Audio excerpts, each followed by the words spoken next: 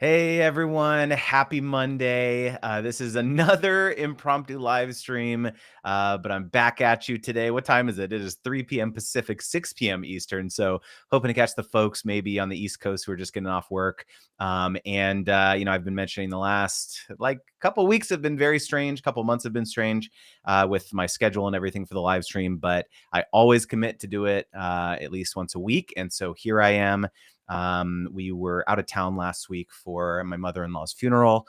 As you know, my mother-in-law passed away a couple weeks ago, so we've been out of town, and so I'm also not going to be available for the live stream this week. So I wanted to do it today, we have a good topic to talk about today because I posted a tweet just like recently actually about the fact that we're recruiting for an influencer campaign right now for my agency. One of the influencers that we reached out to, they're never heard back from them essentially. And it was like pretty awesome opportunity. And then just heard basically there was like a deadline. So when we recruit for these types of campaigns, oftentimes there's like a deadline that the influencer needs to respond by because we need to get back to the brand. We need to put the proposal together. And there's a timeline associated with this, especially this one where it's like an event and the influencers have to go in person and things like that.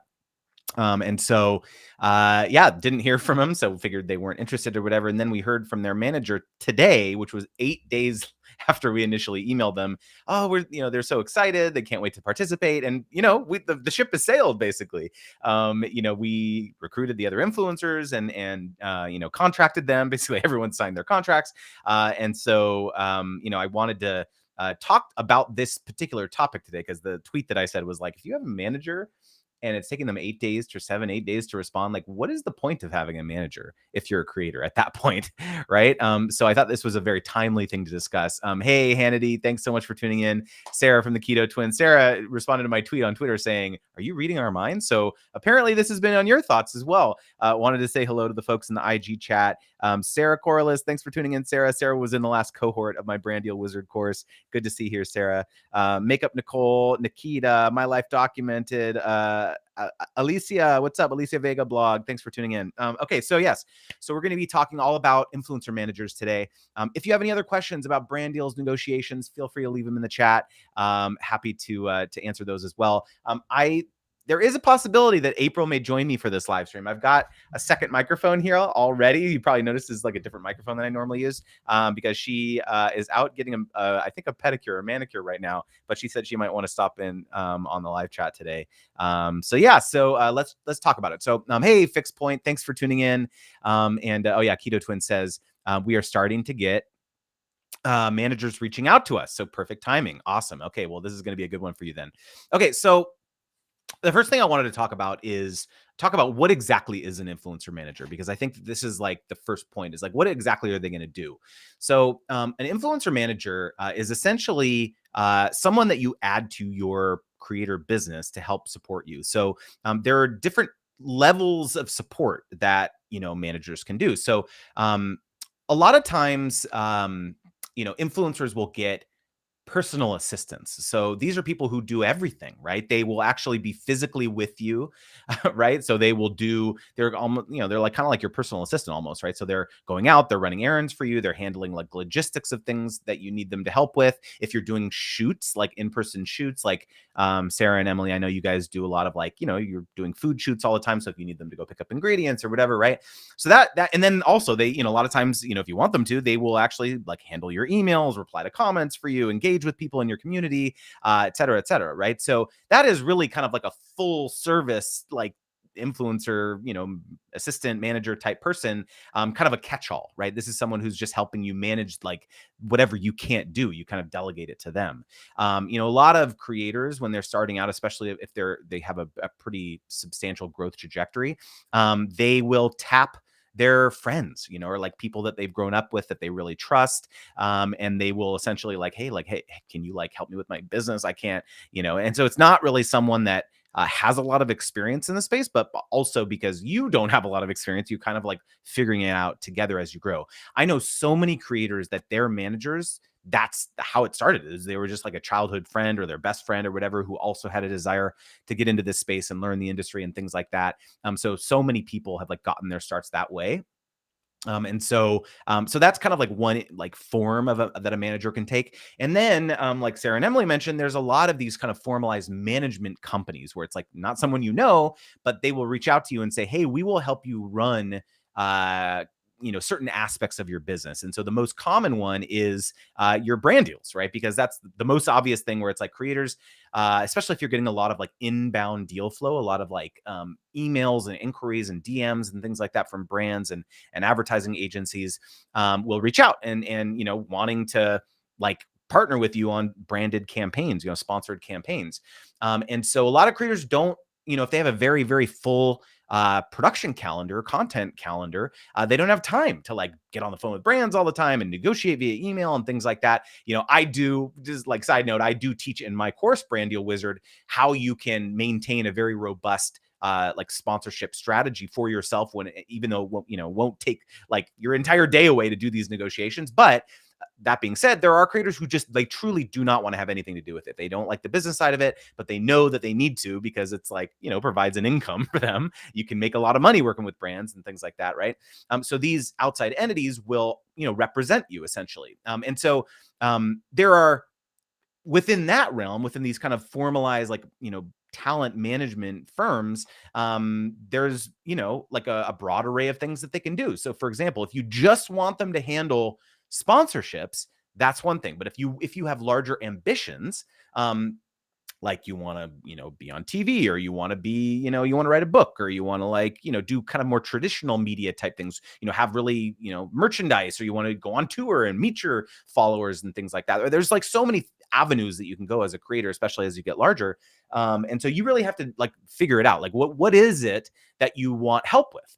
Right. And so I think that's the first major important differentiation here is like, what is it that you need help with? Because that thing I just mentioned about like traditional media and, writing a book and all this, you want support of like some of these like larger aspirations that you have. That's when influencers get a more kind of traditional, what they call a talent agent. So, the talent agent, the major talent agencies that you hear like Hollywood celebrities have, right? Like CAA or WME or, those types of folks. Those are, most influencers have both an agent and a manager when you get large enough, right? And so at this point, what most creators, like what we're talking about for the purpose of this conversation, is we're not talking about agents, right? We're not talking about, because when you have an agent, every single deal has to go through that agent essentially.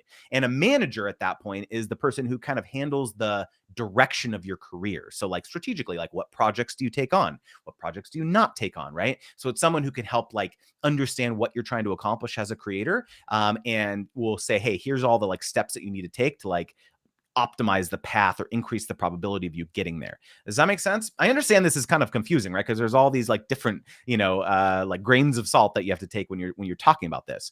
But for the purposes of this conversation, let's just talk about a talent manager who all they're going to do, let's say all they're going to do is handle your brand deals, right? To help negotiate and things like that. So, let's take a step back actually, because I think this is also, prior to getting a manager or prior to making this decision, a lot of creators ask like, how many followers do you need, right, to get an influencer manager? How like what does it actually make sense? So there's two things that I would say. Number one, it's not about following per se. What it is about though is how busy you are, right? And so let's say that you have some other claim to fame or some other notoriety. You don't have that many followers, but you're getting a lot of deal flow. Like one situation that I can describe for this is that like athletes, for example, right? Like maybe they're like a NCAA player or an ex NFL player or something, and they have deal flow. They have existing brands, potentially wanting to partner with them, but they've only got 15,000 followers on Instagram or something, right? So it's not about number of followers per se. It's about like, I would say it's more about like deal flow and trying to make that decision. So that, I just want to make that note. And so what I would say is that most influencer managers or like firms that do this kind of thing will probably have a conversation with you at about 50,000 followers. In my experience, 50 to 100,000 followers, right? Like people will start to take you seriously. They'll look at your engagement. They'll look at your, growth. They'll look at your performance on social media holistically. They won't just like look at one platform. They'll look at like kind of your overall social persona and try to make a distinction of like, is this person, it's kind of like a two-way interview, right? Because the influencer manager, you basically have to, they have to make an assessment like, okay, am I going to have to go out there and like hustle really hard to get this person deals? Like if they have no like deal flow, then that's like a totally different conversation than if they don't, right? Than if they do, right? So Sarah and Emily, I imagine you have a lot of inbound deal flow. It's a pretty easy decision for a manager to decide whether they want to work with you, because if all they have to do is sit back and like you just forward them emails, or their email address is now in the business inquiries field in your bio, then all they got to do is sit back and boom, just do some negotiations and they collect their 20% or whatever, right? So that's a much easier sell than if you're basically saying like, hey, we're only getting like one, inquiry a week, or, one inquiry every 2 weeks. We want you to go out there and like get a bunch of business for us. That's a totally different conversation. And so I think that that's another really important point here, which is that a lot of creators are, when they're starting out, they're like, oh, well, I want to work with brands, but I don't want to do any sort of outreach. I don't want to do cold outreach or anything like that. It's going to be very hard to convince an influencer manager to work with you, because unless you pay them some sort of flat rate or retainer every single month to justify doing all this cold pitching for you. Right. Because there are services out there where you pay them, a couple $100 or $1,000 a month or whatever. And they're going to be going out there and doing hustling and cold emailing and doing all that stuff for you. Whereas if you are larger and you do have deal flow, it's totally, makes sense. You won't have to hire, pay them a retainer because you already have all this deal flow and they don't have to do all that work and they just have to negotiate. Right.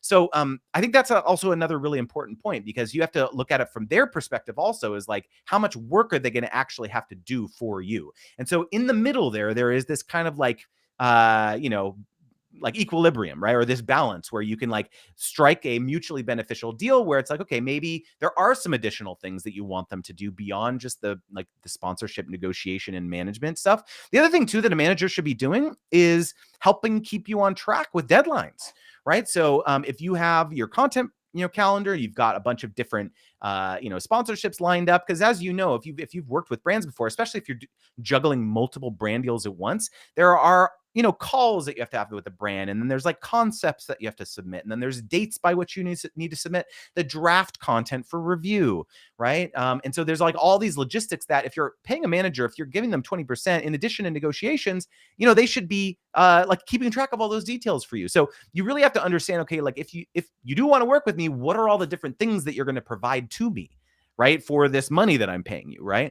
So it's really important to like have that conversation with the brand at the outset. I think a lot of creators are really gun shy to work with managers or things like that because they think they're just going to kind of get screwed out of stuff. Because if you're on YouTube, like there have been a lot of horror stories, where creators have worked with like what's called MCNs or multi-channel networks, where they like take a percentage of your AdSense and they promise all these things, but then they really don't do that much for you in the grand scheme of things, right? So we're not talking about MCNs right now. We're just mainly talking about a manager who will help you get you brand deals, help negotiate, hopefully negotiate more money for you.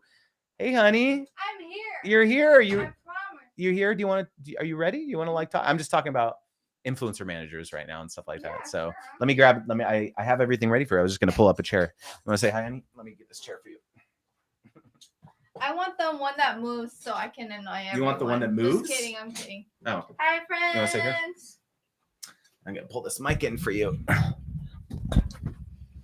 got it all set up. Yes. Hi, friends. Ugh. I'm here with There we go. Look at this, guys. We've got a dual. I guess we're kind of off center, but that's okay. Yeah. So let me just finish my thought. Oh, please do. So I think that the last kind of thing that I wanted to talk about here in terms of pros and cons about working with a manager is that do you just need help? I think that's one thing that a lot of creators really struggle with, is that they feel so overwhelmed and they feel really busy in general. It's not just about like negotiating or dealing with emails or whatever. It's just like everything with their life. They're trying to juggle things. And so one recommendations that I can sometimes give I give creators is like, can you hire, for example, like a virtual assistant, right? Where this is someone who helps you with your emails. Maybe they flag emails that you particularly need to pay attention to, or you need to, maybe they can help you with editing even, or help you with, engaging with your followers or whatever. Like you can identify like things that are particularly stressful to you that you can offload to them. And so this is someone that you can train. It's not someone, you don't need to expect them to like come right off the bat understanding your workflow and things like that. So it's someone that you would train doing this, right? So before you go out and hire a manager, maybe you just need to think and do an assessment for yourself of like, okay, maybe I just need help, and that would help, alleviate some of the stress that I feel, and then I can have some time to do these negotiations and things like that too. So I know this is like kind of like a quick little overview. I do actually have an entire video on my YouTube channel about this particular topic, about pros and cons of hiring an influencer manager. So if you want to hear me talk in more detail about this, then go check it out. But yeah, at the top, what I was mentioning is that I was saying that I emailed someone about an opportunity for Trending Family, and their manager just got back to me 8 days later. Oh no! And then you direct messaged our friend or who is the influencer and let them know, like, your manager is not doing it. That's the other thing too, is that like, if you were a creator and you didn't have any visibility into how quickly your manager was responding, like, to opportunities and stuff, wouldn't you be like pissed off, right? Because like, what's the point of having a manager then? Like, the whole point is that they're supposed to be responding to opportunities in a timely fashion and things like that, and clearly they're not, right? So you do need to have some accountability and like some kind of agreement with them of like, okay, if you're going to be doing this for me, you need to be responding within 12 hours to opportunities or whatever. I've talked about before that if you don't respond quickly to an opportunity, that's what happened in this situation. We needed to have influencers who responded. We need to get people locked in because the event is not that far away. Right. And so if you don't respond, you're going to lose out on the opportunity. We contracted everyone already, so you lost the deal. So that was your manager's fault. Right. So you really do need to like ensure that you like can have these conversations initially. And the tip, go watch out that video that I have on YouTube, because I think that'll help a lot. Our cat is like so loud right now. Logo, yeah, honey. You like my new logo? Charlie, Thank you. Let's let the door open. I do not want no, I don't want him in here. He'll be crawling all over here. He was fine, and then you got home and he started like meowing his head off. He's in love with me. He is in love with you. I think that's what it is. Let me turn the camera a little bit so you're. It's Charlie for me. Is this a wrong way? I love Charlie. He just loves his mama. He's like, mommy, let me in. There we go. So we're a little more centered now. Yeah. So we got some questions here. Yay! I'm so happy to be yes. here. This is like a different time. Like, I think there's people off of work in the East Coast too. Okay, so let's say Fixed Point has a question. I have a major brand reaching out to me, and we landed on a money amount for the deal. However, they want to pay me through their affiliate program that I am part of, as opposed to my business PayPal. Interesting. So is that a normal way of payment for brands? So clarify, when you say it through their affiliate program, does that mean that they do you already have your bank account synced in that affiliate program, and they just want to do the payout through that because that's how they pay their influencers normally? We've done that before. Like, we did a deal with the brand where they do all of their like influencer payouts through their affiliate like platform dashboard. Even though it's not an affiliate deal, it's like a flat rate deal, they still paid us out through the affiliate thing. And as long as it's in the terms of the contract that's how they're going to pay you, I don't necessarily think there's anything wrong with that. Like, I think the one we used was like Impact Radius or whatever, because they do all their, or maybe it was Rakuten or something, but they do all their affiliate or all their influencer partnerships through that. So I don't necessarily think that's a red flag per se. Let me know if that's your question, because I think that's it. Because some brands, especially if they're larger, they just have a very particular way of doing accounting and things like that. So I wouldn't think that's like particularly a flag. Let's see. You should block the want to become famous by followers. Yeah. No, nobody want to buy followers. Yeah, I don't know how that. Yeah, sorry. I'm getting spammed, y'all. I get triggered. Yeah. Nobody needs to be doing that. Thanks for joining, Max, Cat Cricket Design. Rashida, what's up? Rashida was in my Brand Deal Wizard course last time as well. Hi. Keto Twins. Oh, on IG too. Brandon Twins from Tech Audit was also in my course. What's up, Brandon? Wow, you guys are amazing. Thanks for tuning in. So yes. Oh, Fixed Point. Yes, you answered my question. Awesome. And no, I haven't set my bank account yet. I'm a new affiliate with them. Yeah, I mean, so if that's all it is, you just need to set up your bank account, and then they'll be good to pay you out through that. I think that should be good. What's up, Leron? What's going on? Leron and Rashida. Oh, Rashida's tuning in on YouTube now. What's up? Cooking with CJ, first time tuning in. Hi, hey, thank you so much for tuning in. I think I'm hitting a different audience right now because I don't usually stream it this late in the day. So thanks for everyone for tuning in. He said, "Are you always dropping knowledge bombs?" As you know it. He Leron has a amazing PDF that he shares. So he does YouTube consulting. Ooh. He has like 500K on YouTube. Ooh. And he has like some like amazing like knowledge about like how to understand your audience and like how to create content for them that like really serves a need or like really what they're trying to do. So like yeah, I've interviewed Liron on the stream before. So yeah, so thanks for tuning in. Brandon from Tech Auto TV has a question. If you had to start all over from scratch and could only build influence on a single platform, what would each of you pick? You want to answer this, honey? If you had to start from scratch all over, what would you do? Yeah, why not? I would pick YouTube and Instagram because I feel like with YouTube, you have this relationship with your friends. I don't call them subscriber, I call them my friends. So you build this really strong relationship with them and it becomes a real friendship. And I don't think you really get that with short videos as much. I feel where the relationship strengthens is through people getting to really know you. And for me, that was YouTube. So I would not change my career path in any way, shape, or form because it led me to where I was meant to be. And that would be YouTube. But let me tell y'all, if y'all are not on Instagram or Amazon Live, you sleeping on it because Amazon Live is really great. Like if you really like to talk about products and you are passionate about Amazon products, Amazon Live is where it's at. So I wish I started earlier with Amazon Live, but I did not know it existed until they reached out to me, to be honest. And then for brand deals, I wish I took Instagram a little bit more seriously because honestly, the brand deal, I mean, the amount brands are paying it's really great on Instagram versus YouTube, you know? So those are my choices. My top 3, YouTube, Instagram, and Amazon Live. Do you think if you were starting out today, do you think the opportunities are the same? Like if you were, you know what I mean? Like, I think, cause I hear that a lot that like people say, oh, it's saturated. Like there's no way you can like break through.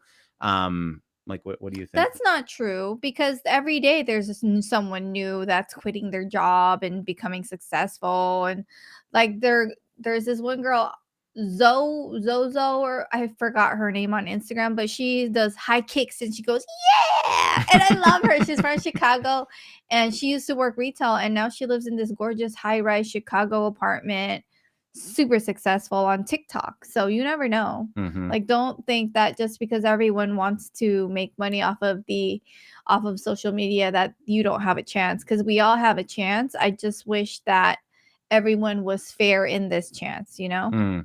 Yeah, I mean, I think that the Amazon Live thing is interesting because obviously it's like I think a very natural fit for you because you have been in all of your content over the years, you have been talking about products and making recommendations and doing, you know, reviews and tutorials and things like that. Would that, do you think the same opportunity would lie? Because there's a lot of people who don't do product focused content. They do like video game streaming or they do comedy or news commentary or, you know, political commentary or whatever, right? So it's not as obvious of like a fit, you know? Yeah, of course. But I'm just saying for people who like Amazon, who like that type of thing. That's awesome, Liron. 2 years ago. Oh yeah, look at this. 2 years ago, I saw you just mention this on Twitter, Liron. I was at 60,000 subscribers 2 years ago, and now it's nearly 500,000. I'm in tech, and look at people say all the time, "Oh, it's so saturated. There's so many tech reviewers, like all that stuff." Exactly. So tell me again how it's too late. It's never too late because you know your stuff. You know. I think you know, one of the things that I think is the biggest fallacy about this particular thing, or not fallacy. I think it's like people don't have the long-term vision to be able to make content for a very long time, not seeing a lot of results. I think that's the big problem is that people are not prepared. They're not willing to like put in the effort that it takes to grow a following for, you know, to grow a following over a long-term period. Hold on. Let me like. Yeah. So long story short, we're going to feed our cats and maybe they'll be quiet, but we have no clue. But honestly, I think that with social media, I know that a lot of people want to make money right away, but just know that sometimes it takes time. And you have to Mm, really want to do what you want to do. Like, you have to really have passion in what it is you do. And for me, and I'm sure for all of you throughout the years, if you do it for 12 years like I have, your interests change. And don't be afraid to change your brand. Don't be afraid to change what you want to share. Just know that you will lose many people, but you will gain the right people throughout every stage. And just be authentic, be yourself. Don't watch other people and say, I need to be like them, I need to do it like this. Because when we started Amazon Live, like, we Justin and I just wanted to do our thing. Like, we weren't trying to be like anyone else. And I think that's why we became really successful at it, because we did not try to copy anyone or be like anyone. I'm just authentically loving all the things that I really love, and it really did a made make it made a huge difference. yeah, I think I totally agree, and I think like to finish my thought before I chase my cat away. um, like I think honestly, like it not every like there are not a lot of people who are willing to just like churn out content for like months on end or even years and be able to be objective about it and emotionless about it to a point where they want to improve and try to understand truly how they can improve. Because I think a lot of people will make content and then just be like, oh, it's the algorithm. The algorithm hates me, or they don't want people to see my content or things like that. And then give up and just feel like, oh, this isn't for me. Like it's rigged. The game is rigged against me. And so if you can have an objective mindset about improvement, like even me, us, 12 years later, I'm still, whenever I can, I'm like tapping into other people's knowledge, or like Leron, I'm like trying to learn about audience and like how to improve retention and like all this stuff. Like if you are not a student of it and trying to educate yourself, then it's going to be hard for you to succeed. Like you truly need to be passionate about like always being a student of improvement, I think. And you guys, I want to share, don't be afraid to fail. Failure is not always so bad. It's a learning lesson, you know? Like for me, I was losing my complete ish when I noticed that all of my YouTube channel's views were decreasing so much that it is no longer my main income. Like, YouTube is no longer considered my source of income. And I felt like I completely failed myself because I was pretty successful at it for a while. But when the views went down, down, down, down, down, I, like, reached this point where I failed, and guess what? It wasn't so bad, because although the views were considered a failure, I got to a place where I was making more money elsewhere, like Instagram and Amazon Live. So those little failures was just a way of me focusing on things that actually work. So never be afraid to fail. You will never learn lessons. You will never know about who you are and yourself without failing. And it is a blessing to fail, because every time you fail, you're one step closer to what you were actually meant to be doing. And in my heart, I feel like that's Amazon Live for me. So I yeah. love that, honey. Yeah. That is a truth bomb right there. Oh And yeah. there's actually quite a few people interested in Amazon Live. Leron asked. Oh yeah, you do it, said fail I forward. Yeah, regarding Amazon Live, I have the invite to it, but it's time consuming. Does it bring in the money, or are we just the new QVC Live Oh shopping my network for them? love. Yeah, it does, Leron. It really does bring in the money, but that's because they had invited us. We had a phone call with them, and we had a very specific contract, and they were paying us a pretty, like, a lucrative salary to begin with, like a really good salary to begin with. Like, I just had to do 5 videos a month. I had to do a certain amount of hours, and they paid a lot. Mm-hmm. And so it was a salary for me. And then we just started, like, doing, like, hitting all the, like, goals, because you're supposed to hit a certain, like, amount. So we started hitting the goals, and some months we didn't hit the goals, unfortunately, but some months we did. I know November we are, because I mean that's going to be holiday shopping time, so we're going to get on that. But I took the month off because my mom passed. But it is lucrative if you really put in your time and effort, but it's a lot of time. I do have to say, I've done YouTube for a living, I've done Instagram for a living, I've done a lot of the social medias for a living, and nothing takes more time than Amazon Live. Like, Amazon Live takes the most time, and the most effort, but I really like it. Yeah. My perspective about this type of thing. So like this is a new format for us. Like we've never done, we've done like live streaming on Instagram and stuff like that in the past, but like it is a totally different ballgame. Like yes, you can just set up your iPhone and like do a live stream if you want to. Like a lot of people do that, but from the very beginning we were like, if we're gonna do this, let's do it right. So we invested in a new camera. We have the one we're streaming with right now is a new camera. It's a Sony A7 III. So it's not top of the line, but it looks very nice, right? It's clear. New lighting, new microphones. We didn't Yeah, have we like both a have. setup. We used to have Blue Yeti microphones, and we tried to do it with it was like constant feedback. It was terrible. So we bought new microphones with a mixer. So it's like we invested in it, right? And so the logic that we had was twofold. Yes, there were we had an income and things like that too from it, like a custom deal with them. But this also has been a like live commerce in general has been exploding in Asia for the last 3 years, Yes. right? Especially China and Japan. Yes. And so it remains like a good probability that it's only a matter of time where this comes to the West, right? Yeah. And so when you have a company like Amazon, which is a giant e-commerce juggernaut in this space, investing so heavily in this, I think it's a fair assumption that this is also going to be a very big thing here in the next couple of years. And so go ahead, please. And it's going to be an amazing opportunity for you to show to brands that you are versatile and that you Yes. can do live videos, because I think that's what brands are going to want to do. Even JCPenney is starting to have influencers do live video. Mhm. I've watched some, and they need to hire some that ain't a little bland. You know what I mean? You got to have a little seasoning to your personality. You can't just be like, I love this top. It's literally so beige. Like you cannot talk like that when you're talking about a product. You have to love the products that you talk about.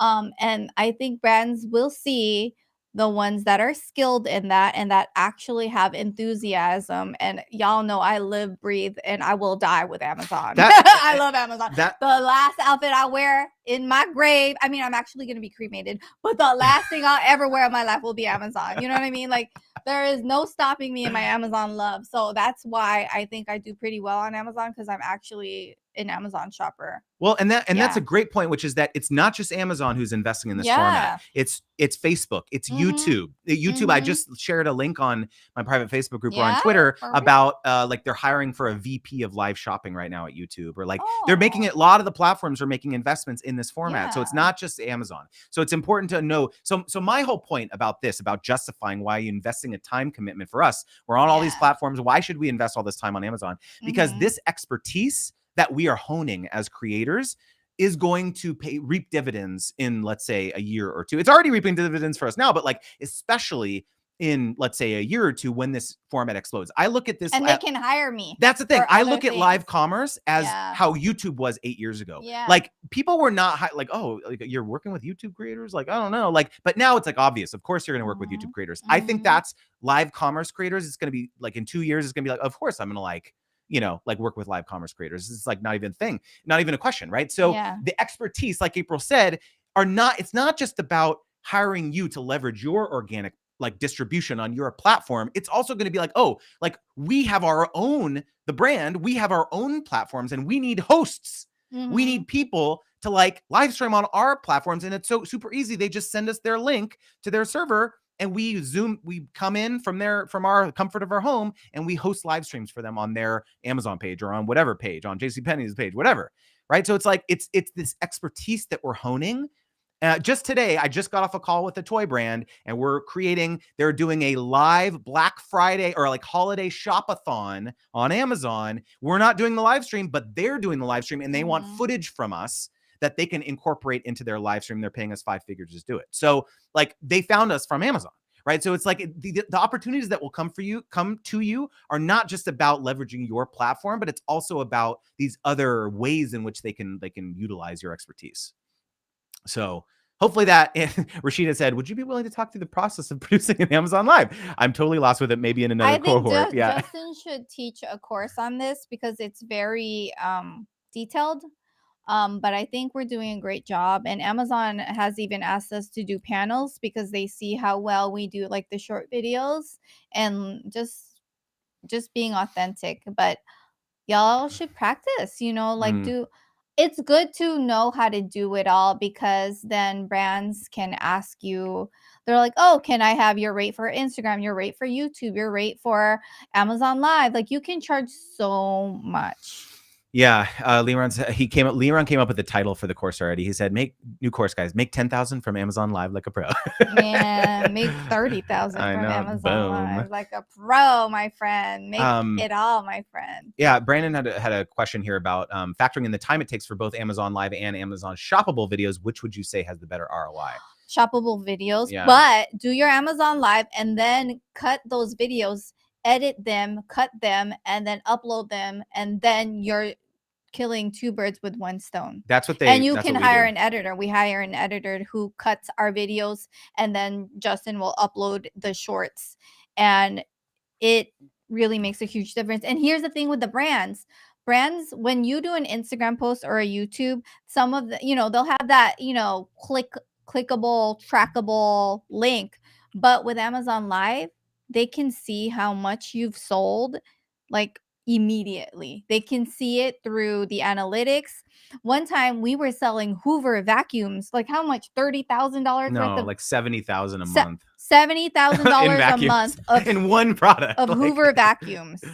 That was absolutely bananas. So think about this. The other reason to do this and invest the time is you have this data now that you can go to the brand and be like random brands that you don't have any connection with that you've talked about on your live streams or in your shoppable videos, and you'd be like, hey, by the way, I have sold $15,000 in your electric toothbrush over the last 30 days. We should probably work together. Like, how obvious is that? Like, a lot of creators be like, well, I don't know what brands to pitch. Well, go look at your Amazon associate like reports and see what products you're selling. So like, that's a whole other like blue ocean of strategy that you can use when you're like working with brands, right? And I know I had like quite a few Amazon creators in my course, the last cohort of my Brand Deal Wizard course, who do just that. They use the data to go and pitch brands, and they get those deals. Because if you're a brand, think about it. If you have someone approaching you, if you have two influencers approaching you, one who says, oh, I love you, I love your brand, like I'd love to collaborate with you, my kids love your product, versus the person who comes and be like, hey, I have sold like $4,000 of your product over the last 30 days. Who do you think they're going to work with? We need to email Hoover and be like, we've sold $70,000 worth of your steam vacuums. That's the problem. Is we don't have time to like. I haven't emailed Hoover yet because I should probably do that, but I haven't done it yet. Be like, sir. Oh God, there's so many opportunities. Just know we be selling that. Or, oh my God, you know what we sell? We sell so much of those little fresh dishwasher pod cleaners. It's such a like a cheap thing, but so many people are buying it, and it's like because y'all like clean dishwashers. By the way, for those of you tuning in from Instagram, I'm sorry that like you can't see it properly because just do Justin's head. Move your head. I can't because then this will be off. It's okay. No, I don't want to. How can people not see that? If you want to see the full video, just go to YouTube for now. How can people Usually not it's see just that me. Handsomeness? Yes. So Natasha said, oh, I missed this. Is it live? Yes, it is live, Hi, Natasha. Yeah, we're live. Let us know if you have a question, Natasha. And Leron said, yes, important to mention that with your Amazon Live, you can get sponsored. We didn't even talk about that. That's the whole point. Even if you're not, even as a creator, if you are not like making a lot of money on your live stream, itself, that's what we do is we upsell Amazon Live on when we're doing a brand partnership. So if they come to us for a deal on Instagram or a deal on YouTube or whatever, or TikTok, we can say, hey, that sounds great. Would you also like to do a live, an Amazon live stream? We basically go out, we see, are they selling their product on Amazon? Boom. It's easy upsell. And we have like done that multiple times with brands. So it's like an easy upsell. Is the one? We have one that's like over 20,000, our brand deal with a brand and with Amazon. Yeah. So like we have done that like numerous times to like do that upsell. Yeah. So we actually have a dedicated live stream with the brand next Wednesday, honey. Mm-hmm. And we're going to be doing that. It's a dedicated sponsored Amazon live stream. Yeah. And we added, I don't know how much for the sponsorship, you add a certain amount. I think it was like 7,500. We were like, we can do, I don't know how much it was, but yeah. Sarah said, just switch to YouTube now. I can see lovely April properly. Oh, hi friend. You don't need to see me. I look like a potato. No, you don't. Yeah, so it's really great. I don't know. That's just my passion right now. So that's all I talk about. But I I really love Instagram too. I think so. I think the moral of the story, this whole conversation about Amazon, I believe that it's like you need to have need to get out of your comfort zone as a creator. If you want to do this as a full-time thing, we've been Mhm. doing this over a decade, and like we have now taught ourselves a new trick, which is like, like doing live commerce and doing all this stuff and multiple camera angles and like doing Justin something did. right. Yeah, I am well, not tech savvy. I can literally not even get Wi-Fi on. yeah. I'm so bad. It helps when you have like if We're a team, obviously. let's actually talk about that because that was something we were thinking about Yeah, talking we today. wanted to talk about working together as a couple. You know, doing social media as a couple and or a family. We wanted to talk about that topic. I mean, Justin has his own thing and then I have my own thing, but we have many things that are like combined. Like I stay in my lane when it comes to his creator wizard. I played no part in that, You're on this live stream. Though. Yeah, but I mean like I guess he learned everything from, managing me and just his experience owning Trending Family.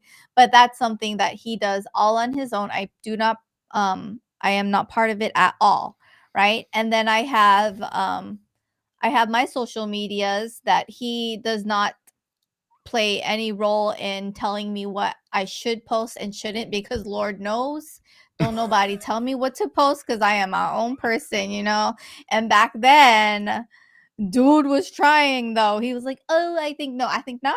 I think you need to stay in your lane." We would always fight about That's the the thing titles of our yeah, videos. Like, that's the what should thing we we would title it? Like, yeah. no one's gonna click on that. It was like the dumbest stuff. Yeah. Like, we definitely Yeah. like it took us a while, I think, to like figure out each other's like sensitivities or lanes when it came to that kind of stuff. So if you are to work with your partner, just know what your strengths and weaknesses are. My strength is more my creativity, my enthusiasm with the products that I like. But other than that, I do not like any phone calls. I don't like any contract readings. I don't like anything that deals with the business side.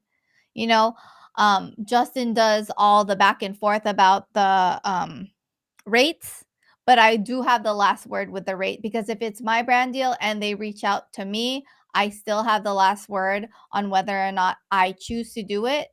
And I don't have to say yes to everything. I've said no this whole dang month, to be honest.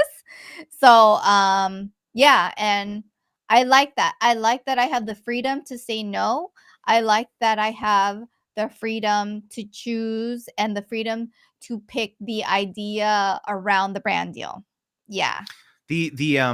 I want to mention this that Rashida said, my husband and I want to start working together more officially. He helps me, but we want to start establishing official rules within the company. So, one recommendation that I think I have about this, and this took me a while to like get better at, and I think was the source of a lot of like, friction in the beginning for us working together as a couple, was that I felt like when I started working more, I felt like I needed to do more. I needed to like justify the fact that I was helping out more. So that turned into like, oh, like, well, let me help make like recommendations about how this can improve or whatever. And so from going from never making those kinds of like recommendations or, opinions to like doing that caused a lot of friction. And so I think that it's really important to like kind of set ground rules that if you are to start working together more with your partner, if they have an interest to like help you more, to be like at the outset, be like, hey, these are the things that I want to keep doing myself. These are the things that I would love your help with more, but like, please don't like interject with these other things. Because if you don't communicate that, that's the key, I think, is just communicate what you need help with and what you don't. Because if you do start working together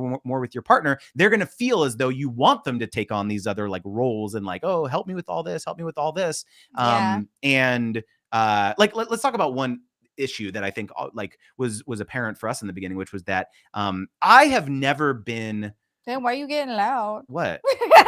I'm not getting loud. Why I you just getting think a little passionate here? this is a good example of things that like was an issue for us in the beginning, is that I have never been like an expert cinematographer or an Oh expert no, video person. Lord, he can't or even like- take a picture. or Lord, like pray for our souls. or like, you know, lighting or like all the things. And like Terrible. there are Yeah. other people, other couples on You social can media. hire people instead. Yeah, there's like other couples on social media where it's like the guy is like, oh, cinematographer, you know, he's obsessed with like lenses and like photographer, videos and like all yeah. this stuff. And like that's never been me. I've always been more of like the business. I like the business He's side a and all this stuff, business not the guy. creative stuff. And I think Yeah. that would, when we first started working together, that was That's what I frustrating to you. expected That was from frustrating him. to you because it was like, well, if you're gonna do this with me, like we need to like, Yeah. you know, understand this and study this more and all this stuff. And so it's like, I think Yeah. that took us a while to like, I think that took us a while to like, you know, Yeah, to like here, let understand, me like, tell y'all something. like, Because here's the thing, my man quit his 6-figure job because I was making more than him. He decided to join my crew. Okay, sir. Let me tell you Join my something. crew. Yeah, my crew of me and only me. But anyways, he decided like, oh, you know, you make a lot. I can quit my job. Is that really, you think the justification? Yeah, how I thought no, about it? I was making like 3 times you. So Not at the time. You were making no, 3 but we times were a making sure month. that we made 3 times a certain income at the time. Do you Oh, remember? you like incremental income before you above quit? my salary. Yeah, above your salary. So Yeah. he quit his job, and I had this whole expectation in my head: you gonna be my photographer, my videographer. You gonna edit it all crazy good. No Transitions, all this. no, it was like a no for me. What he was good at though was the business aspect. The editing though, no, we had to hire somebody. Mhm. Thank you, God. Thank you, Nick, for editing my Cook with April, because Lord knows Justin was not the one. Vlog editing was so stupid easy. Vlog editing, we never were that one family or the many family that was like living that luxurious life with an amazing editor. No, we just pieced the vlogs together. We could literally use like the most basic editor for the vlogs. My April Athena 7 channel, though, I tried my hardest. I edited 95% of those videos. And then towards the end of my April Athena 7 career, I was just like hiring friends to do it. Aubrey is really good. Aubrey is a really good editor. Her name is Drugstore Guide. Girls Guide to the Drugstore. Girls Guide to the Drugstore. Her name is Aubrey. She's a really good editor. I really like her. If I made more April Athena 7 videos, I would definitely reach out to her, but I haven't. But yeah, that's the issue with Justin and I. Like, we had major issues with expectations. So before y'all decide to work with your partner, write down what you expect from them, because I wanted a pro photographer, and to this day, this man still makes me look stumpy AF. That is and you not know, true. You know, I I be give training at the gym. I I give look you the good. angles Don't now. make What me do you look mean? stumpy, sir. You got I no. look I good. give you Don't make me not look good. Thank I you. gave you the I work out angles. too hard to look stumpy. You Yeah. better get low and get those angles right, because this like waist, Like- this tummy tuck ain't snatched for no reason. You better get it right, sir. Shoot. Oh my god. I said, sir. Okay, you hold on better a second. get Let's it talk right. about you. When I say, hey, can you take a photo of me? There's like literally half of the photo is above is Well, blank. I'm the talent, blank sir. ahead my Get screen. To take a seat. I'm the talent, so why do I need to know how to take a picture? The brands are emailing my name, not yours, sir. Actually, so sit down. Sit I yourself have gotten down. some brand deals on mine okay. recently. Like Thank maybe you. like 5 total of our whole life. That's true. Like, get out of That's true. here. They definitely want you yeah, more he than want to me. come at me, make fun of me of how I take a picture, sir. All this whole time the brands was reaching for me. They wanted my picture. Leron And I says, needed you to take a better picture. Leron says, loving this couple's therapy. See, you know, the interesting thing I would say is that you've probably noticed that we have evolved to the point where we can talk about this. It doesn't bother us at all. Because we I am the talent. April's new merch. Leron, he better get this correct. I am the talent. They still emailing my name. It's not Justin's name. You know. Oh my God. And you know what? Y'all better get it correct with Rashida said, my husband captures the side of me I didn't know existed. I'm so dead. Rashida, I pray for our husband. I pray for our husband. Have you guys seen that Yeah. Instagram husband's meme or Instagram boyfriend meme or whatever? That's so funny. Anyways, I also want to talk about income, you guys. Okay. When you marry somebody, not even if as influencers, you guys decide if you guys have a joint account, separate accounts. Justin and I are very much, we're in it. So we have no separate accounts. We're all joint, right? So when I started making more money and he quit his job, everything was ours. Everything was not my money, my money, my money. No, none of that, right? But trust, when Justin makes more money, I'm spending his money. And it feels Funny good to how that spend works. all of his money. Yeah. But when it's mine, it's not mine, it's ours. Somehow that seems like opposite to what you Sir, just said. No, I'm just saying. And there's no I'm a mess. I think honestly though, like what you're saying is accurate though. It's No, just but like, you have to know where the money. it's about like just setting expectations. I think Yeah. that the conflicts, the only time conflicts arise is when one person expected that you were going to do something and then that didn't turn out. And the biggest, most important thing that you can do is address it right then, instead of letting it linger and then resenting them, because then it explodes into like this big issue down the line. And I think that that's the key to not just a marriage, not just like a functioning working relationship with your partner, but also like a relationship, like a marriage, you know? And so I think that that's, I only have separate Cash App. Rashida says everything else is And then together. also, you guys have to decide, if you guys aren't in it and joint, you have to decide what you can spend on, what is a good investment. Like Justin spends hundreds. I don't even know if it's hundreds or thousands on editors. I have none, not a single editor but Nick, who edits our Amazon Live shorts, like the little shorts video. But he does that. And for a while I was like, why aren't you editing it yourself? But then I realized the value in it. He's doing so much, creating his courses, and he's still running Trending Family, and then he's still my manager. He's doing a lot. So it was wrong of me to expect him to do everything and like to stay up late and to not cut. Like, to me, I'm all about, I grew up poor. So to me, like, why do you have to hire somebody when you can do it your damn self, is my opinion. But I changed my mind on that because I want him at night. You know, I want him just oh, okay. Let me hire some more people to spend time with him in the evenings instead of him working all the way till he goes to bed. You know, so to me, it's worth it for his sanity, because you know, mental health is so important. And now that my mom died, I realized, like, you don't know how long you have with someone, so you better love on them and enjoy the time that you do. So that extra $1,000 a month he spends on editing, or that extra $250 he spent on an editor, is nothing compared to his happiness and his mental health, you know. And that's how he feel about my manicures, right? Yeah, I literally go like once a week now. That's exactly how I feel. You took the words right out of my mouth. No, but for real though, I think that like, I actually talk to creators about this a lot, which is that I think people don't understand that this is a business, right? It's a business that you're running, and sometimes you have to make investments into your business, even if there isn't a direct ROI that you can attribute immediately, right? A lot of creators, you know, they'll buy new laptops, or they'll buy new phones, or they'll buy new cameras, or whatever. And that seems like a worthwhile investment to them because the content quality that they make will improve. But when you, you know, invest in things like education or courses, or like, you know, things like that, people just don't, it's like a hard conversation with them. They're like, well, like, is this really going to be worth it? Am I going to see a return? And I'm just like, if you want anything else in life, if you want to like get a degree or get a good job, or like you go to school, you go to take a course, you like go like improve your knowledge in some way. Like, you know, sometimes you aren't going to see the ROI immediately. And like, so for an editor, for me, for example, right? Like, my thesis, right, about this business is that this will pan out.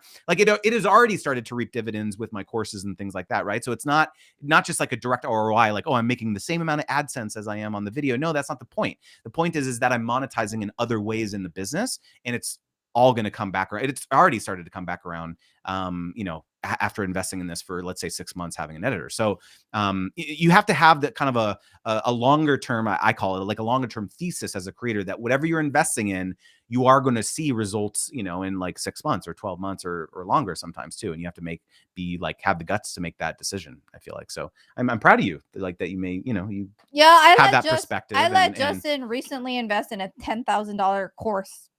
He's literally taking this program, a whole year-long program. I literally just spent $10,000 on a 12-month group coaching program for creators. And like, y'all got to ask each other. Bless her heart. Like, I sat down and I said, like, you know, like, and these are all creators who are doing 500K to $1 million each on their course. So there's 3 creators that are running it. And like, they're killing it on their courses. Right. And so like, you know, I think that when you want to get like to somewhere and you're not there yet, you pay someone who's already there to help to teach you, right? Mhm. And so that's my logic. And like Yeah. I've heard that so many times from people who like, how did I get to where I am? I surrounded myself with people who were at where I wanted to be. And so that's my logic, right? It's like, you know, you have to be willing to like kind of put yourself into a little uncomfortable position and put yourself out there and make it happen. There's no other way that you're going to do it. I have like we've been creators for 10 years, and I feel like the last year I have no idea what I'm doing. Like launching courses, having an email list, doing a newsletter, like trying to understand like audience growth and all this stuff. Like I'm learning so much about it, and I've never done that before. And so it's like you have to push yourself out of a comfort zone if you want to get to where you want to be. Yeah, he's never done that before. But tell me why every single student of his emails him literally a day, a week, a month later, be like, "Oh my god, I made $30,000 in a month." Y'all did that because my husband taught you were worth it. So if the 19 people of you are here watching and you haven't taken his class, you guys are dropping money. You're just throwing it away into the wind. It goes. I actually have some people in this. I won't like name names, but I have some people in the chat right now who have made that testimonial to me that they've made like a lot of money. Yeah, a lot of money, but a lifetime for however long they decide to do social media, they're going to be making that much more. And then when you start talking to your friends like, "Ooh, how much you charge?" This girl out here with the same followers as you be making $500 and you charge 50,000 on that deal. Honey, it's cuz you knew you was worth it, right? You knew you were worth it. And that friend of yours, teach them too. Take Justin's class. You're worth it. Look at Rashida. Yeah. Rashida said, "LOL, that was me. Made that in a day." Hey, Boom, Rashida, $50,000 in a day. That's is beautiful. The thank you to Jesse. Jesse also took my course. Says if you're on the fence, just take it. I don't know why. I feel like there's some like stigma against online courses. I think maybe because there's no stigma. Some people. Yeah. I think part of it is that people have taken ones that are really crappy, and so they think that all like courses or online courses and stuff are like not going to be worth it. And it's like you have to grab it. You have to find people who know what they're talking about. I think that that's like the biggest thing is like, you know, you have to make a assessment for yourself. But yeah, I don't know. I'm always a fan of like investing in investing in yourself. There's no better investment that you can make. Sarah said, best investment for me for taking Justin's course. Thank you, Sarah. I appreciate that so much. Yeah. And there was one other, this touched my heart. Yes, Justin, got to keep educating yourself. You will turn that 10K into 1 million. I have no doubt. Thank you, Sarah. One thing like it was so touching to me is that one of the days, and I showed April one of the testimonials that someone had given me about the course. Yeah, she like started crying. It was so sweet to me because she said like, I feel so, what did you say? It was like, I feel so happy that you're like making such an impact on people's lives. Like it was like, it was like so sweet of you. And I still want to buy his t-shirts, by the way. Yes, I need to make the t-shirts. I just need to like do it. I just don't have time. Yeah, but if you guys have been watching Justin's lives and enjoy them and you haven't taken his course, $1,000 that you invest in yourself is going to literally turn into 30 the first month, or 10 or 5. It's going to double, triple, quadruple times 50. It really is. And we're like, Justin is not the type of person to try and sell something that literally doesn't work.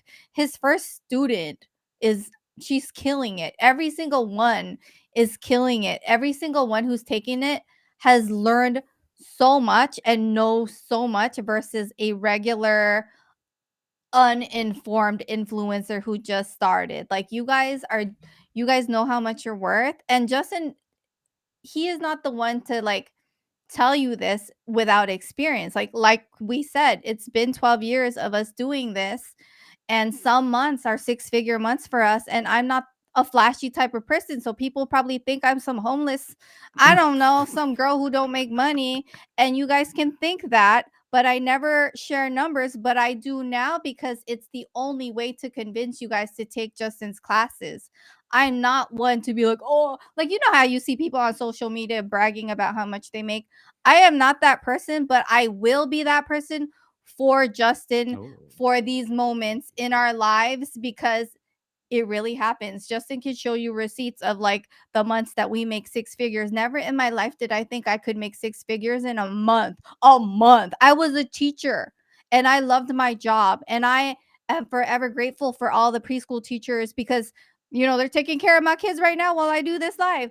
I'm forever grateful. But I remember thinking in my head, like, if I ever make six figures in a year, I would be so grateful. And I thank God and my manager right here for realizing what we were worth and for seeing all the little details in the contracts. Trust, we don't make no six figures every month. It's just the good months, But it's like it's amazing and it's a blessing, and it's not something that I ever will take for granted. And I will still keep it humble, and I still like Dollar Tree, but I also like my Tesla. Yeah.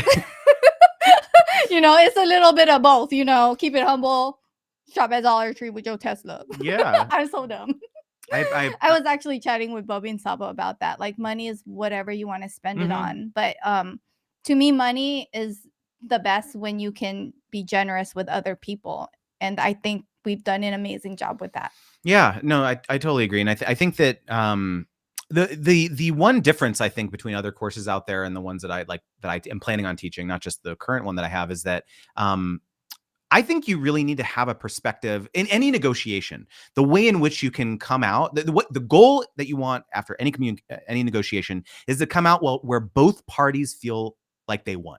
That's the goal, right? Because you don't want anyone inside walking away from that. You sign the deal and it's like, oh, that person screwed me, or like, because then the entire relationship that you have of the partnership that you're doing is soured, right? And that's not what you want. You want both parties to feel like this is going to be great. And then when you finish that, they want to work with you immediately again, and they sign you on for another 6 months or whatever, right? And so that's the perspective that I teach, is that a lot of, I think, creators out there, in my experience, are teaching one side of the negotiation. They're teaching, I've made a bunch of money working as a creator. This is how you get deals, right? But there's a whole other side to the perspective, and that comes from me running an agency for many years, is understanding how are these brands thinking? What is success to them? What are they trying to get out of the partnership? So you come into that negotiation very professional, and you can offer things to them that will help them come away from that. And it's just like the most amazing. You are so different from any other creator that they've ever worked with that it's a no-brainer investment to work with you, right? And so that's how I approach like teaching creators, is like, you have to understand both sides, both parties,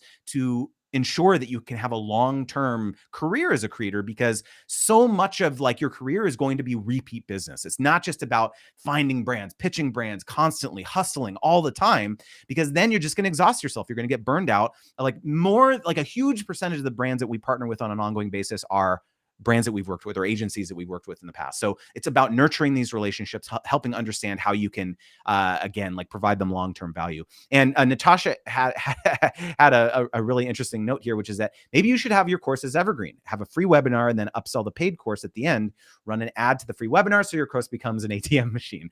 And that's very interesting that you should say that, Natasha.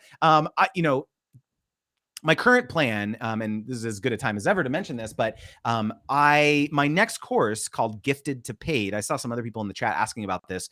That is going to be geared towards beginners. So anyone, it doesn't matter how many followers you have, doesn't matter if you've done any, paid brand deals, paid sponsorships in the past. That's for anyone. And that's going to teach, if you're getting a bunch of like free products and stuff, but you're wanting to figure out how you can actually convert these into paid partnerships. That's what that course is going to be dedicated to. And that course will be evergreen. That will be a course that you can consume on demand and things like that too. However, the first beta version of that course, I am planning on doing it live, I think, so that I can get a bunch of feedback from everyone who participates, and then film all the videos and then turn it into kind of something that you can watch on demand. And so keep your eye on your inbox for Black Friday, Cyber Monday, that weekend, because I'm going to be sending out a very special email about that live program, about the Gifted to Paid program. And there's going to be something very special that I'm going to be sending out. So just a little teaser here. And I'm probably going to be doing that live session probably like in January timeframe, but I wanted to have a Black Friday and Cyber Monday deal. So I'm really excited about that. So yeah, he's so excited. He's been telling me about it every lunch. He's like, I'm going to have this Black Friday deal. I'm like, yes, Speaking of which, educating yourself, I bought a $79 course from a creator that I really admire, teaching you how to do Black Friday and Cyber Monday promotions as a creator. Yeah. Right. So it's like, I have no idea how to do that. And I was like, wow, this seems really interesting. Let me do that. And so I binged it. It was like, 2 hours of content or an hour of content or whatever. And, like, I'm educating myself because I want to do it right. So again, I'm really excited about that, and it's great point, Natasha. I'm definitely thinking about doing that. How it's already been like an hour. I can't even believe that. That's He had crazy. fun with our bickering. I did. I wouldn't call it bickering. No, it's it's not. We it's- we make fun of each other now because we're past that. But trust, when we were not past the expectations of what we needed from each other and working with each other, it was not pretty. It was literally not pretty. There was a point where I was like, "Go get a job," because we are not working out together with both of us doing social media together. Like, it was that bad. it was not great. It was there not was low good. points for sure. Yeah, there was lots of low points, and then it worked out. I We think- just figured out We kept communicating what about we it. expected, but you're still not my filmography guy. Filmography, yeah. What is that? It would be word? hard to be a Filmography. filmographer Shut for up. you. It would I be ain't got no words It for would it. be it would be really tough to be that because I don't know what that means. Shut up. Yeah, you got to pick your battles. You got to make peace with the things, about the strengths of your partner, and if you want to work together, we should have I was telling April, I think we should do like a workshop about this, working with your partner or something like that, because there's a lot of people who want that, who they feel like they would murder each other if they would work together. But I think there's ways to do it.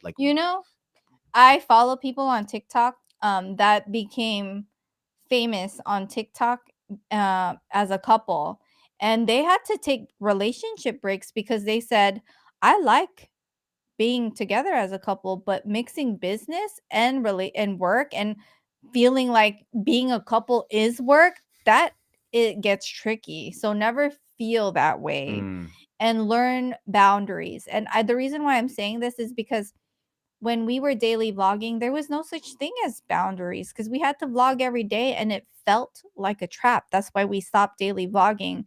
I don't feel it is wise for anyone's mental health to daily vlog because there's no escape. Even when you want a day off, you can't take one, and everyone deserves one. Yeah, I just thought I'd share that little thing on knowing when to stop working, And I realized, when my mom passed, I stopped working for a whole month and I liked it. I liked it a lot. I said no to deals. I said no to everything. As you should. Yeah. As I should during this time of mourning. And I didn't vlog my mom's funeral. And that back in the day, I would feel obligated to do so. But now I know my boundaries and people need to respect that. And I hope that if you are a content creator, that you also have boundaries and you don't apologize for things that you don't want to share, because you don't owe anyone anything. Every piece of your life that you want to share, you do that, but that doesn't mean you owe anyone everything of your life. Okay, just know that, you guys know that you are deserving of your boundaries and that no one has the right to interfere with those boundaries. I actually think this is a great point to end it on, because I think that this is a trap that a lot of creators get in, which is that they feel or somehow their creators feel entitled to their success, right? Where they'd be like, oh, you're only successful because we let you be successful or whatever. We follow you and things like that, right?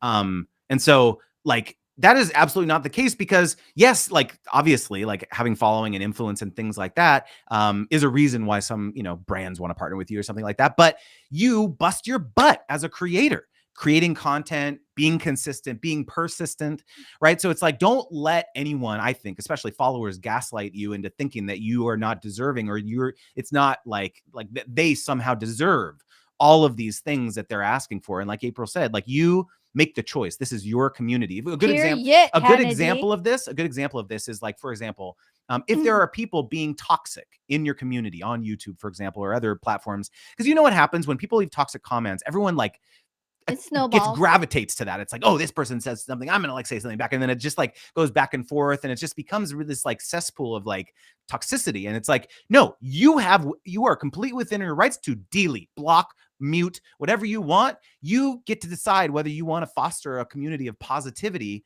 and that's your prerogative, period. right? And so like, people can say, oh, you're censoring and moderating all this stuff. Yeah, I am. Yeah, that's my lane. This is my community. I'm deciding, like, I want this to be a positive place that people can come to and consume content and interact with each other and things like that. So I think that's a really important inflection point that we even had to like get past, and realize like this is our thing, right? And yes, we love the intimate connection that we have with their followers, but if you're gonna like introduce poison into this, goodbye. Yeah, it's okay. My analogy with any comment section on social media, that is yours. Your Instagram comment section, your YouTube comment section, your TikTok, your any comment section, right? It is your home. It is the space that you created that is yours. It is truly your home. Do you invite toxic, disgusting people who ain't showered, who ain't washed their booties, who ain't washed their hands into your house, and the people that keep their shoes on with mud? Nah. Stay the F out of my house. That's a great analogy. I love that. Keep your unwashed booty out of my house. Ain't none of y'all entering, and if you try, I will lock the door. Ah, you nasty unwashed booty. So what you gonna do? You gonna block? Well, you gonna block and delete like your comment section because that's your home. That's exactly right. Do you try and like interact with people like that in your home? No, you just like kick them out and you lock it and you call the cops. You call the cops on them. They'll be like, there is someone trespassing on my property. Please come collect them. Yeah. Do you ever go up to a random stranger and say, hey, you You're really going back to that analogy, the unwashed booty. Be like, hey, you unwashed booty, ain't wash your hands, got mud on your shoe. Come eat a meal at my house. Hell to the nah. Hell no. None of that. Oh I'm so dead. The lives are so much more fun when April is here. Because her analogy is just so much more descriptive. I'm crying. But see, y'all let me turn down the lights a little bit. See, y'all don't want any of that. Y'all don't want that. Nobody wants to invite Stanky. You always know that one person that don't wear deodorant to the gym. You ain't inviting them to your house. Hell no. And so remember, the next time a troll tries to throw shade on your page, say, watch just your booty. Picture them as like this really unkempt house guest. And just kick them out and say, go take your shower and wash your booty extra. Use a loofah. Get in the crevices there. Use a washcloth. Oh my god. Oh my god. As you can tell, hygiene is very important to me. You could tell. You could tell. Cooking with CJ. I'm so glad I was able to tune in today. I'm so glad. CJ. Thank you guys. You would not have gotten this incredible comic relief at the end here. Lastly, go wash your booties, all y'all. That's what April was really trying to say with this whole live stream was really no, actually, you should go take a shower. But thank you guys so much for tuning in today. I really, really appreciate. I'll come back if you request me. Yes, let us know if this is highly requested. April will make some cameos. I'll be back. And no, just really appreciate the grace that you've given us over the last month or so, just schedule wise and everything. We're also not going to have an Amazon live stream this week. So those of you who follow us on there, probably going to take a pause for that as well. Next week we will be back at it on Wednesday though. And if you do want to see, those of you guys who are creators who are interested in Amazon Live, we talked about that quite a bit today. That'll be a dedicated Amazon live stream. So if you're interested in seeing like how we do that, incorporate, it's only going to be 3 products. It's actually going to be a shorter one. It's not going to be like a full hour and a half, probably be like 20-30 minutes. But if you're curious to see kind of like how we do a dedicated sponsored live stream on Amazon, come hang out with us next Wednesday, the 3rd, I think it's the 3rd, at 3:30 Pacific, 6:30 Eastern. So that'll be a lot of fun because that'll be the first time we'll have done a dedicated sponsored live stream. We've done some integrated ones, but this will be it'll be dedicated. Fun. Yeah, okay. it'll be a good one. So yeah, thank you so much again, everyone, for tuning in, and we will see you guys next Friday at the normal time. Hopefully, have a good shower, y'all. Yes, have a good shower. Get in Kicking lights over here. All right.